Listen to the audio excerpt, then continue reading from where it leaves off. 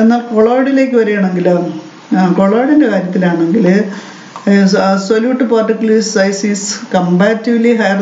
അതായത് സൊല്യൂഷനെ അപേക്ഷിച്ച് നോക്കുകയാണെങ്കിൽ കണികൾ കുറച്ചുകൂടെ വലുതാണ് അതിൽ കൊളോയിഡിൽ. Hence they scatter a beam of light. അതുകൊണ്ട് അതിന് പ്രകാശത്തിലെ പ്രതിഫലിപ്പിക്കാനുള്ള കഴിവുണ്ട്. സോ നമുക്ക് the path of the beam is visible.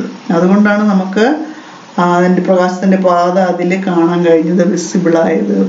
അപ്പോൾ ഏറ്റവും കുഞ്ഞു പാർട്ടിക്കിൾസ് എന്ന് പറഞ്ഞാൽ സൊല്യൂഷനിലാണ്.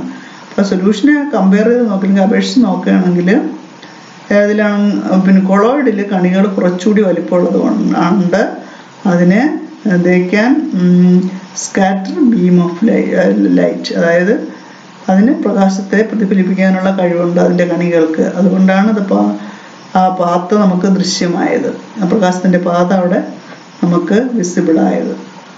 എന്നാൽ കം ടു ദ സസ്പെൻഷൻ.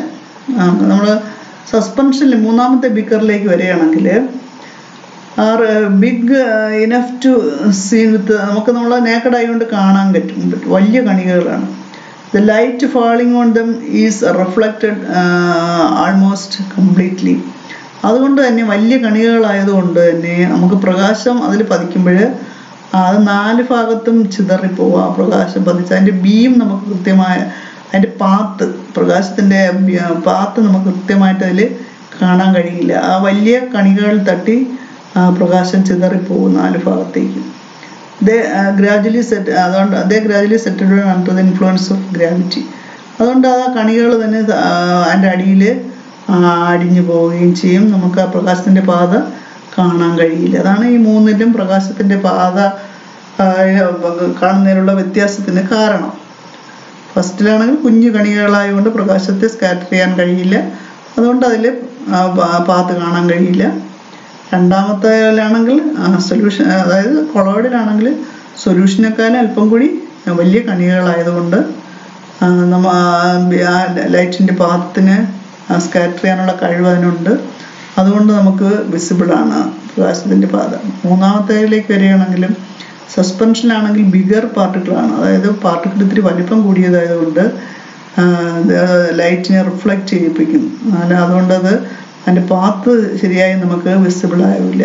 ലൈറ്റിന് 4 ഭാഗത്തും വികിരണം ചെയ്യിപ്പിക്കുന്നതുകൊണ്ട് നമുക്ക് അതിൻ്റെ പാത കാണാൻ കഴിയില്ല. ഇനി അടുത്തത് ഈ നമ്മളിപ്പോൾ പഠിച്ച മിക്സ്ചർ എന്ന് പറയുന്നത് ഹോമോജീനസും സൊല്യൂഷൻസിനെ നമ്മൾ 3ആയി തരംതിരിച്ചു. എന്താണ് ട്രൂ സൊല്യൂഷൻ, കൊളോയിഡ്, സസ്പെൻഷൻ. അപ്പോൾ കുറേ മിക്സ്ചേഴ്സ് നിങ്ങൾക്ക് കുറേ തന്നിട്ട് അതിനെ ക്ലാസിഫൈ ചെയ്യാൻ പറഞ്ഞാൽ നിങ്ങളെ കൊണ്ട് പറ്റും. നമ്മളെങ്ങനെ ക്ലാസിഫൈ ചെയ്യും?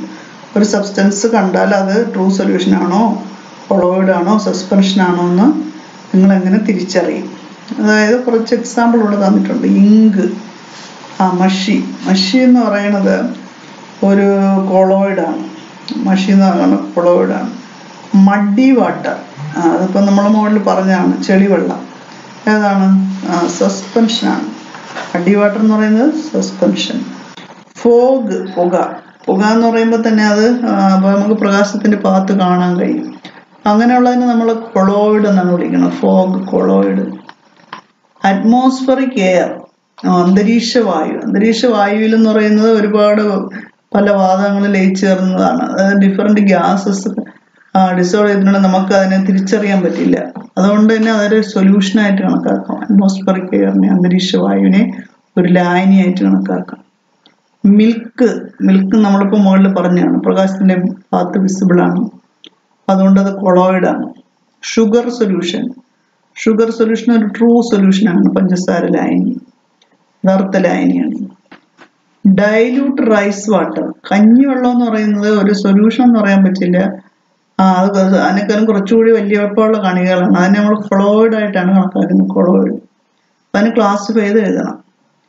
ഇങ്ക് എന്ന് പറയുന്ന കൊളോയിഡ്, മഡി വാട്ടർ സസ്പെൻഷൻ, ഫോഗ് കൊളോയിഡ്, അറ്റ്മോസ്ഫറിക് എയർ സൊല്യൂഷൻ, മിൽക്ക് പാലെന്ന് പറയുന്ന ഒരു കൊളോയിഡാണ്. ഷുഗർ സൊല്യൂഷൻ പഞ്ചസാര ലായനിയും ഒരു യഥാർത്ഥ ലായനിയാണ്, പിന്നെ ട്രൂ സൊല്യൂഷനാണ്.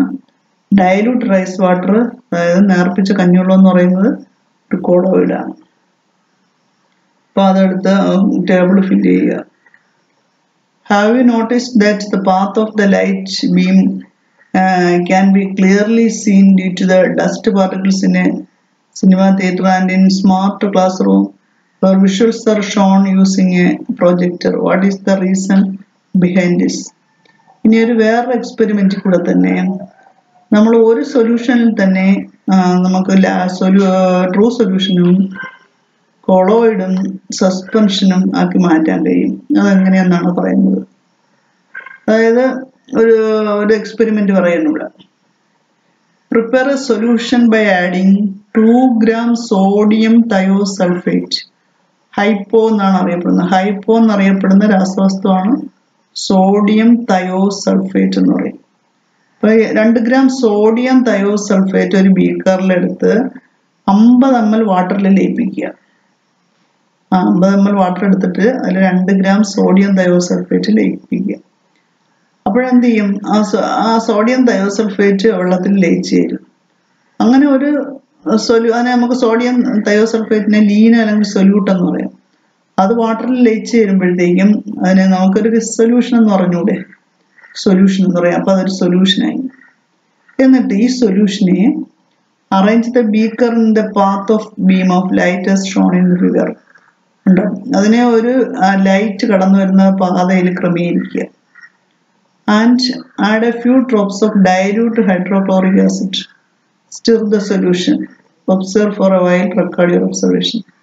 അപ്പോൾ ആദ്യം നമ്മൾ 50 ml വാട്ടറിൽ 2 gram സോഡിയം തയോസൾഫേറ്റ് ലയിപ്പിച്ചപ്പോൾ ഒരു ലായനിയായി, സൊല്യൂഷനായി. അതിനുശേഷം അതിനൊരു ലൈറ്റിന്റെ പാതയിൽ അറേഞ്ച് ചെയ്ത് വെച്ചിട്ട് അതിലൽപ്പം ഹൈഡ്രോക്ലോറിക് ആസിഡ് ചേർത്തു. ഡൈല്യൂട്ട് ഹൈഡ്രോക്ലോറിക് ആസിഡ് ചേർത്തപ്പോഴേക്കും അവിടെ ഒരു കെമിക്കൽ റിയാക്ഷൻ നടന്നു. അപ്പൊ ആ സമയത്ത് എന്ത് ചെയ്യും?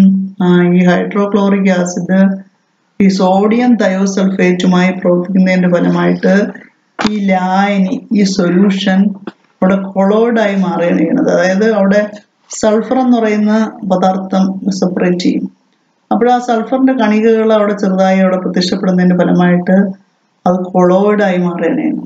അപ്പൊ എന്താണ് ലൈറ്റ് ബീം ക്രമീകരിച്ചാൽ എന്താണ് കൊളോയിഡിന്റെ പ്രത്യേകത? ആ കൊളോയിഡിൽ മാത്രമേ നമുക്ക് ലൈറ്റിന്റെ പാത കാണാൻ കഴിയൂ, പ്രകാശത്തിന്റെ പാത കാണാൻ കഴിയൂ. അപ്പോൾ ആ സമയത്ത് ഹൈഡ്രോക്ലോറിക് ആസിഡ് ചേർത്ത് കുറച്ച് സമയം കഴിയുമ്പോൾ ആ സൊല്യൂഷനിൽ കൂടി പ്രകാശത്തിന്റെ പാത്ത് നമുക്ക് വിസിബിൾ ആവും, കാണാൻ കഴിയും. ഇപ്പൊ sulphur gets precipitate when sodium thiosulfate react with the dilute hydrochloric acid. അപ്പൊ അതിന്റെ കാര്യം എന്താണ്? ഡൈലൂട്ട് ഹൈഡ്രോക്ലോറിക് ആസിഡ് ചേർക്കുമ്പോൾ സൾഫർ അവശക്തപ്പെടും, സൾഫർ വേർപിരിയും. അപ്പൊ ഇവിടെ എന്താണ് സംഭവിച്ചത്? ബിഫോർ ദ കെമിക്കൽ റിയാക്ഷൻ, അപ്പൊ ഹൈഡ്രോക്ലോറിക് ആസിഡ് ചേർക്കുന്നതിന് മുമ്പ് ദ മിക്സ്ചർ എക്സിസ്റ്റഡ് അതിന് സൊല്യൂഷൻ. ഞാൻ ആദ്യം പറഞ്ഞു സോഡിയം തയോസൾഫേറ്റും വെള്ളത്തിൽ ലയിപ്പിക്കണം. ആദ്യം ബീക്കറിൽ 50 gram വെള്ളത്തിലാണ് ലയിപ്പിച്ചിരുന്നത്. ആ സമയത്ത് എന്തോന്നായിരുന്നു? ഒരു സൊല്യൂഷൻ ആയിരുന്നു. ഇനി within few second A more and more sulphur particles form. അപ്പൊ നമ്മൾ ഹൈഡ്രോക്ലോറിക് ആസിഡ് ചേർത്ത സമയത്ത് സൾഫർ വേർതിരിയുന്നതിന്റെ ഫലമായിട്ട് അത് എന്തോന്നായി മാറി? ഒരു കൊളോയിഡായി മാറി. കൊളോയിഡായി മാറിയപ്പോൾ നമുക്ക് ഒരു അവിടെ ബീം ഓഫ് ലൈറ്റ് അറേഞ്ച് ചെയ്ത് വെച്ചപ്പോൾ ദ പാത്ത് ഈസ് വിസിബിൾ. ആ പാത്തിനെ നമുക്ക് കാണാൻ കഴിയും. ഇതിന് few second more and more sulphur particles form they aggregate together.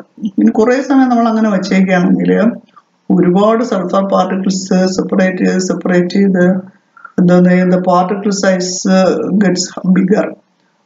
Particles ക്രമേണ വലുതായി വരും. വലുതായി വരുമ്പോൾ നമുക്ക് ക്ലിയർ ആയിട്ട് കാണാൻ കഴിയും സൾഫറിന്റെ പാർട്ടിക്കിൾസ് വലുതായി വരുന്നത്. അങ്ങനെ പാർട്ടിക്കിൾസ് വലുതായി വരുമ്പോൾ നമുക്ക് അതിനെ എന്ത് ചെയ്യാം? മോർ സൾഫർ പാർട്ടിക്കിൾസ് അതിനെ സെപ്പറേറ്റ് ചെയ്യുമ്പോഴത്തേക്ക് ആ പാർട്ടിക്കിൾസ് വിസിബിൾ ആണെങ്കിൽ അതിനെ നമുക്ക് എന്തോന്ന് വിളിക്കാം? സസ്പെൻഷൻ എന്ന് വിളിക്കാം. അപ്പൊ ആ സൊല്യൂഷൻ എപ്പോഴെന്തോന്നായി മാറി എന്ന് പറയാം? സസ്പെൻഷനായി മാറി എന്ന് പറയാം.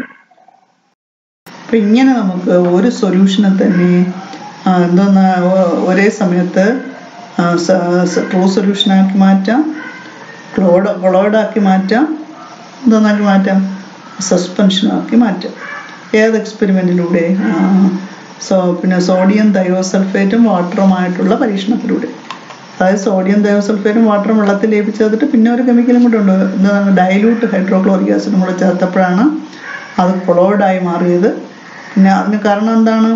സോഡിയം തയോസൾഫേറ്റും പിന്നെ ഹൈഡ്രോക്ലോറിക് ആസിഡും കൂടെ പ്രവർത്തിച്ച് അതിൽ നിന്ന് സൾഫർ വേർതിരിഞ്ഞ് ആദ്യം സൾഫർ ആദ്യത്തെ ഘട്ടത്തിൽ അത് കൊളോയിഡ് ചെറിയ കണികകളായിട്ട് വന്നപ്പോൾ അതിനെ കൊളോയിഡ് എന്ന് വിളിച്ചു. അപ്പോൾ നമുക്ക് ലൈറ്റിൻ്റെ പാത്ത് കാണാൻ കഴിഞ്ഞു. പിന്നെ കുറേ കൂടി കഴിഞ്ഞപ്പോൾ സൾഫറിൻ്റെ പാർട്ടിക്കിൾസ് വലുതായി വരികയും അവിടെ നമുക്ക് പിന്നെ അങ്ങനെ വരുന്ന ആ സമയത്ത് തന്നെ നമ്മൾ സസ്പെൻഷൻ എന്ന് വിളിക്കുകയും ചെയ്തു ആ സൊല്യൂഷനെ. Tabulate the mixture that we use in our daily life into solutions, colloid and suspension. അപ്പോൾ നമ്മുടെ ഡെയിലി ലൈഫിൽ പിന്നെ ഈ ഒരുപാട് ഇതുപോലെയുള്ള സൊല്യൂഷൻസ്, അതായത് ട്രൂ സൊല്യൂഷൻ ആയാലും കൊളോയിഡ് ആയാലും സസ്പെൻഷൻ ആയാലും നമ്മൾ ഒരുപാട് ഉപയോഗിക്കുന്നുണ്ട്. Are colloids and suspensions homogeneous mixture? അതായത് എല്ലാ സൊല്യൂഷൻസും എന്തോന്നാണ്? ഹോമോജീനസ് ആണ് അതായത് ഏകാത്മ മിശ്രിതങ്ങളാണ്. എന്നാൽ സസ്പെൻഷനുകളൊക്കെ എന്തോന്നാണ്? ഹെട്രോജിനസ് മിക്സ്ചറാണെന്ന് നമ്മൾ പറഞ്ഞു കഴിഞ്ഞു. ഇനി നമ്മൾ പഠിക്കാൻ പോകുന്നത് സോഫ്റ്റ് ഡ്രിങ്ക്സ്. എന്താണ് അതായത് പാനീയങ്ങൾ, നമ്മൾ കുടിക്കുന്ന സോഫ്റ്റ് ഡ്രിങ്ക്സ് എന്ന് പറയുന്നത് എന്തൊക്കെ കെമിക്കൽ ചേർത്ത ജ്യൂസുകളാണ് നമ്മൾ കടയിൽ നിന്നൊക്കെ വാങ്ങി കഴിക്കുന്നത്. അപ്പം ഈ ജ്യൂസുകളിലൊക്കെ എന്തൊക്കെയാണ് അടങ്ങിയിരിക്കുന്നതെന്ന് നമുക്ക് നോക്കാം. Most of the juice that we drink are liquids in the colloidal form. Such juices and liquids are available in market. അപ്പോൾ നമ്മൾ കുടിക്കുന്ന ജ്യൂസുകൾ പലതും കൊളോയിഡുകളാണ്, ലിക്വിഡ് രൂപത്തിലാണ്, ലിക്വിഡിൽ തന്നെ ഉള്ള കൊളോയിഡുകളാണ് നമ്മൾ കുടിക്കുന്നത്. They do not settle down even after prolonged storage. അതൊക്കെ എന്ന് പറയുന്നത് അപ്പോഴുണ്ടാക്കി തരുന്നതൊന്നുമല്ല, അതായത് ഒരുപാട് നാൾ സൂക്ഷിച്ചു വെച്ചിട്ടാണ് നമ്മൾ വാങ്ങിക്കുമ്പോഴേ നമുക്ക് കിട്ടുന്നതെന്ന് പറയുന്നത് ഫ്രഷ് അല്ല എന്നാണ് പറയുന്നത്. അപ്പോൾ അങ്ങനെ ഒരുപാട് നാളിരിക്കുമ്പോൾ അത് ചീത്തയായി പോണ്ടേ. അപ്പോൾ അങ്ങനെ ആവാതിരിക്കാൻ അവിടെ എന്തൊക്കെയോ കെമിക്കലൊക്കെ ചേർക്കുന്നുണ്ട്, അതാണ് നോക്കുന്നത്. How they are retained as such for long periods of time without settle down. അപ്പോൾ ഇതെല്ലാം ഇങ്ങനെ ചീത്തയായി പോവാതെ അല്ലെങ്കിൽ പിരിഞ്ഞു പോകാന്ന് നമ്മൾ പറയും. അങ്ങനെ ആവാതെ സൂക്ഷിക്കാൻ വേണ്ടി എന്താണ് ചെയ്യുന്നത്? അങ്ങനെ കുറെ ചില കെമിക്കൽസ്, അതായത് ഈ പിന്നെ നമ്മൾ ഈ സോഫ്റ്റ് ഡ്രിങ്ക്സ്, ഈ ഡ്രിങ്ക്സ് എല്ലാം പിന്നെ ചീത്തയായി പോകാതിരിക്കാൻ വേണ്ടി ചേർക്കുന്ന കെമിക്കലുകളെ സ്റ്റെബിലൈസറുകളെന്നാണ് പറയുന്നത്. എന്താണ് പറയുന്നത്? സ്റ്റെബിലൈസേഴ്സ്. എന്താണ്? The chemical substance used as stabilisers in soft ഡ്രിങ്ക്സിൽ ഉപയോഗിക്കുന്നു to prevent the particles from getting settled. അതായത് ഈ പാർട്ടിക്കിൾസ് അടിഞ്ഞു പോകാതിരിക്കാൻ വേണ്ടി, അടിയുമ്പോഴത്തേക്ക് വെള്ളവും പാർട്ടിക്കിൾസ് രണ്ടും രണ്ടാവും. അപ്പോൾ അത് ചീത്തയായെന്ന് പറയാം ജ്യൂസ്. അങ്ങനെ ആകാതിരിക്കാൻ വേണ്ടി ചേർക്കുന്ന കെമിക്കൽസിനെയാണ് സ്റ്റെബിലൈസറുകൾ എന്ന് പറയുന്നത്. സ്റ്റെബിലൈസറുകളുടെ ഡ്യൂട്ടി എന്താണ്? To prevent the particles getting settled. അതായത് പിന്നെ സോഫ്റ്റ് ഡ്രിങ്ക്സിലെ പാർട്ടിക്കിൾസ് സെറ്റിൽ ഡൗൺ ആവാതെ പ്രിവെന്റ് ചെയ്യുന്നു. അതിൻ്റെ കണികൾ അടിഞ്ഞു പോകാതെ തടഞ്ഞു നിർത്തുന്നതിന് ഉപയോഗിക്കുന്ന രാസവസ്തുക്കളെയാണ് എന്തെന്ന് പറയുന്നത്? സ്റ്റെബിലൈസറുകൾ എന്നാണ് വിളിക്കുന്നത്. Stabiliser are chemicals added to soft drinks only for this purposes. അപ്പം ഇനി ഇത് മാത്രമല്ല, വേറെ ഒരുപാട് കെമിക്കല് പിന്നെ ഈ ഡ്രിങ്ക്സിലൊക്കെ ചേർക്കാറുണ്ട്. അപ്പോൾ ഇതെല്ലാം സെറ്റിൽ ഡൗൺ ആവാതിരിക്കാൻ വേണ്ടിയാണ്? അല്ല. പിന്നെ എന്തൊന്നിനൊക്കെ വേണ്ടിയാണ്? നമുക്ക് ടേസ്റ്റ് കൂടുതൽ കിട്ടാൻ വേണ്ടി കെമിക്കൽ ചേർക്കും. പിന്നെ എന്തൊന്നിനൊക്കെ ചേർക്കും? കളർ കിട്ടാൻ വേണ്ടി, നല്ല കളർ എല്ലാവരെയും നമ്മളെ അട്രാക്ട് ചെയ്യാൻ വേണ്ടി. നമ്മൾ കടകളിലൊക്കെ ഇരിക്കുമ്പോൾ നമ്മളതിനെ കണ്ട് നല്ല അതിൻ്റെ കളർ കണ്ട് വാങ്ങിക്കഴിക്കും. അപ്പോൾ അതിൻ്റെ എല്ലാവരെയും അട്രാക്ട് ചെയ്യാൻ വേണ്ടി നല്ല ഡിഫറെൻറ്റ് കളേഴ്സ് ചേർക്കും. അപ്പോൾ പിന്നെ ടേസ്റ്റ് കൂടാൻ വേണ്ടിയൊക്കെ അത് ചേർക്കാറുണ്ട് കെമിക്കൽസ്. അപ്പം അങ്ങനെയുള്ള കെമിക്കൽസ് ഏതൊക്കെയാണെന്നാണ് ഇവിടെ പറഞ്ഞേക്കുന്നത്. നോക്കൂ, കുറെ ഇവിടെ ടേബിൾ കൊടുത്തിട്ടുണ്ട്. അതിൽ നിങ്ങൾ എന്തെന്നൊക്കെയാണ് കൊടുത്തേക്കുന്ന കെമിക്കൽസ്, ഏതൊക്കെ കാര്യങ്ങൾക്കാണ് കെമിക്കൽസ് ചേർക്കുന്നത് നോക്കാം. ഫുഡ് മെറ്റീരിയൽസിൽ കെമിക്കൽസ്, ഒരു കെമിക്കൽ, ഫസ്റ്റ് കെമിക്കൽ ഇവിടെ കൊടുത്തേക്കുന്ന ടാർട്രസിൻ എന്ന് പറയുന്ന കെമിക്കൽ. എന്തിനാണ് ഈ ടാർട്രസിൻ ചേർക്കുന്നത് നോക്കാം. അതായത് ജ്യൂസിൽ ചേർക്കാം, ഫുഡ് മെറ്റീരിയൽസിലെല്ലാത്തിലും ചേർക്കും. എന്തിനു വേണ്ടിയാണ് ഫുഡ് മെറ്റീരിയൽസിൽ ചേർക്കുന്നത്? കളർ കൊടുക്കാൻ വേണ്ടിയാണ്. അതായത് വസ്തുക്കൾക്ക് യെല്ലോ കളർ കിട്ടാൻ വേണ്ടി. മഞ്ഞ കളറുള്ള സബ്സ്റ്റൻസ് ഒക്കെ ഉണ്ടെങ്കിൽ, കളർ ചേർത്തിട്ടുണ്ടെങ്കിൽ അത് ഏത് കെമിക്കലാണെന്ന് മനസ്സിലായിക്കൊള്ളണം. ടാർട്രസിൻ എന്ന കെമിക്കലാണ്. അപ്പൊ ഫുഡ് മെറ്റീരിയൽസിന് യെല്ലോ കളർ കിട്ടാൻ വേണ്ടി ചേർക്കുന്ന കെമിക്കൽ ഏത്? ടാർട്രസിൻ എന്നാണ് പറയുന്നത്. യെല്ലോ കളർ കിട്ടാൻ വേണ്ടി ചേർക്കുന്ന കെമിക്കൽ എന്ന് പറയുന്നത് ടാർട്രസിൻ. ഇനി രണ്ടാമത്തതെന്ന് പറഞ്ഞാൽ എറിത്രോസിൻ. എറിത്രോസിൻ എന്ന് പറയുന്നത് ആ ഫുഡ് മെറ്റീരിയൽസ് ചേർക്കുന്നത് റെഡ് കളർ കിട്ടാൻ വേണ്ടിയാണ്. അപ്പൊ ചുവപ്പ് കളർ കിട്ടാൻ വേണ്ടി ചേർക്കുന്ന രാസവസ്തുവാണ് എറിത്രോസിൻ. യെല്ലോ കളർ കിട്ടാൻ ടാർട്രസിൻ, റെഡ് കളർ കിട്ടാൻ എറിത്രോസിൻ. ഇനി വാനില എന്ന് പറയുന്ന വേറൊരു കെമിക്കലുണ്ട് ഫുഡ് മെറ്റീരിയൽസിൽ. ടേസ്റ്റ് എൻഹാൻസർ, അതായത് രുചി കൂട്ടാൻ വേണ്ടി. വാനില ഫുഡ് മെറ്റീരിയൽസിന് നമ്മൾ സാധാരണ വീട്ടിലുണ്ടാക്കുന്നതിനേക്കാളും കുറെ കൂടിയൊക്കെ രുചി കിട്ടാൻ വേണ്ടി ചേർക്കുന്നതാണ് ടേസ്റ്റ് മേക്കർ എന്ന് പറയുന്നത്, ടേസ്റ്റ് എൻഹാൻസർ, വാനിലിൻ. ഇനി സോഫ്റ്റ് ഡ്രിങ്ക്സിലൊക്കെ കുറച്ചുകൂടി പുളിരസം, പുളിപ്പ് കുറച്ചുകൂടി കിട്ടാൻ വേണ്ടി, സോ ടേസ്റ്റ് കൂടുതൽ കിട്ടാൻ വേണ്ടി ചേർക്കുന്നതാണ് ഫോസ്ഫോറിക് ആസിഡ് എന്ന് പറയും. ഫോസ്ഫോറിക് ആസിഡ് നമ്മുടെ ശീതളപാനീയങ്ങളിൽ എന്താണ് പുളിപ്പ് കിട്ടാൻ വേണ്ടി ചേർക്കുന്നതാണ് ഫോസ്ഫോറിക് ആസിഡ്. ഇനി അലൈൽ ഹെക്സനോയേറ്റ് ഫുഡ് മെറ്റീരിയൽസിൽ ഫ്രാഗ്രൻസ്, നല്ല മണം കിട്ടാൻ വേണ്ടി, അത് പൈനാപ്പിളിൻ്റെയൊക്കെ മണം കിട്ടാൻ വേണ്ടി ഒക്കെ ചേർക്കും അലൈൽ ഹെക്സനോയേറ്റ്. അപ്പം വളരെ കുറച്ച്, ഇനിയും ഒരുപാട് കെമിക്കൽസ് ഉണ്ട്, നിങ്ങൾക്ക് ഇപ്പോഴും അതിൽ കുറച്ച് എക്സാമ്പിളാണ് ഇവിടെ തന്നിരിക്കുന്നത്. അപ്പൊ അത് മനസ്സിലായാലോ. എന്താണ് യെല്ലോ കളർ കിട്ടാൻ വേണ്ടി ഭക്ഷണ പദാർത്ഥങ്ങൾ ചേർക്കുന്നതാണ് ടാർട്രസിൻ, മഞ്ഞ കളർ കിട്ടാൻ വേണ്ടി. റെഡ് കളർ കിട്ടാൻ വേണ്ടി മെറ്റീരിയൽസ് ചേർക്കുന്നതാണ് എറിത്രോസിൻ എന്ന് പറയുന്ന രാസവസ്തു. ഇനി പിന്നെ രുചി കൂട്ടാൻ വേണ്ടി വാനിലിൻ. പിന്നെ ശീതളപാനീയങ്ങളുണ്ട്, സോഫ്റ്റ് ഡ്രിങ്ക്സിൽ പുളിപ്പ് രുചിക്ക് വേണ്ടി ചേർക്കുന്നതാണ് ഫോസ്ഫോറിക് ആസിഡ്. പിന്നെ പൈനാപ്പിളിന്റെ ഫ്രാഗ്രൻസ്, മണമൊക്കെ കിട്ടാൻ വേണ്ടി ചേർക്കുന്നതാണ് അലൈൽ ഹെക്സനോയേറ്റ്. വ്യക്തമായി ടേബിൾ കൊടുത്തിട്ടുണ്ട്, നോക്കി വായിച്ച് മനസ്സിലാക്കാം. ഇനി അപ്പൊ നമ്മൾ ഉപയോഗിക്കുന്ന most of them are injurious to. ഇതിൽ നിന്ന് നമ്മൾ എന്ത് മനസ്സിലാക്കി? ഇതെല്ലാം വാങ്ങി കഴിക്കുന്നത് എല്ലാം നമ്മുടെ ആരോഗ്യത്തിന് ഹാനികരമാണ്. ഈ കെമിക്കലെല്ലാം തന്നെ ഡേഞ്ചറസ് ആണ്. It is dangerous to add such chemicals to soft drinks. ഈ സോഫ്റ്റ് ഡ്രിങ്ക്സിലൊക്കെ ഉപയോഗിക്കുന്ന കെമിക്കൽസ് എല്ലാം തന്നെ അപകടകാരികളാണ്. നമ്മുടെ ഹെൽത്തിന്, നമ്മുടെ ആരോഗ്യത്തിന് അപകടം ഉണ്ടാക്കുന്നവയാണ്. How does the continuous use of it soft drinks affect the human body?